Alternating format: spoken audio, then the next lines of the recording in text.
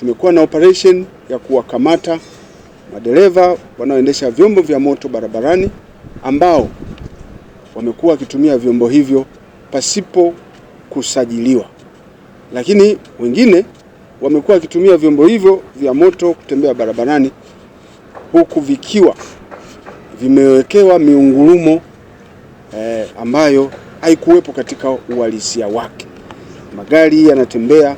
yakiwa yanatoa miungurumo ya kutisha iliyotengenezwa kwa makusudi na watumiaji wa vyombo hivyo. Miungurumo hiyo inatokea kwenye exhaust pipe, hivyo kusababisha taharuki kubwa kwa watumiaji wengine wa barabara, lakini hivyo kusababisha taharuki kubwa kwa watu wengine ambao pia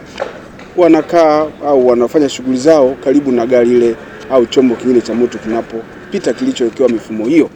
Wengine wamekuwa wakijikuta katika hali ya kupata magonjwa ya mshtuko, lakini pia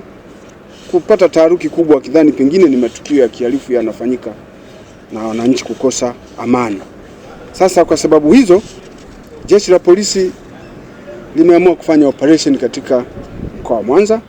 ambapo jumla ya madereva 23 wamekamatwa na magari 14 yamekamatwa, pikipiki za magurudumu 8 zimekamatwa na pikipiki ya magurudumu matatu 1 imekamatwa kutokana na uvunjaji huo wa sheria, kanuni na taratibu za usalama barabarani.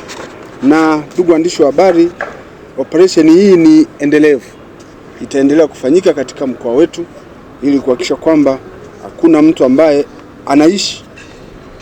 akidhani kwamba yuko juu ya sheria, kanuni na taratibu za usalama barabarani. Tunataka kuona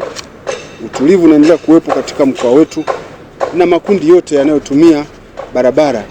yaendelee kuitumia yakiwa salama bila kuletewa usumbufu wa aina yoyote. Ndugu waandishi wa habari, hata hivyo, Jeshi la Polisi katika mkoa wa Mwanza linapenda kutoa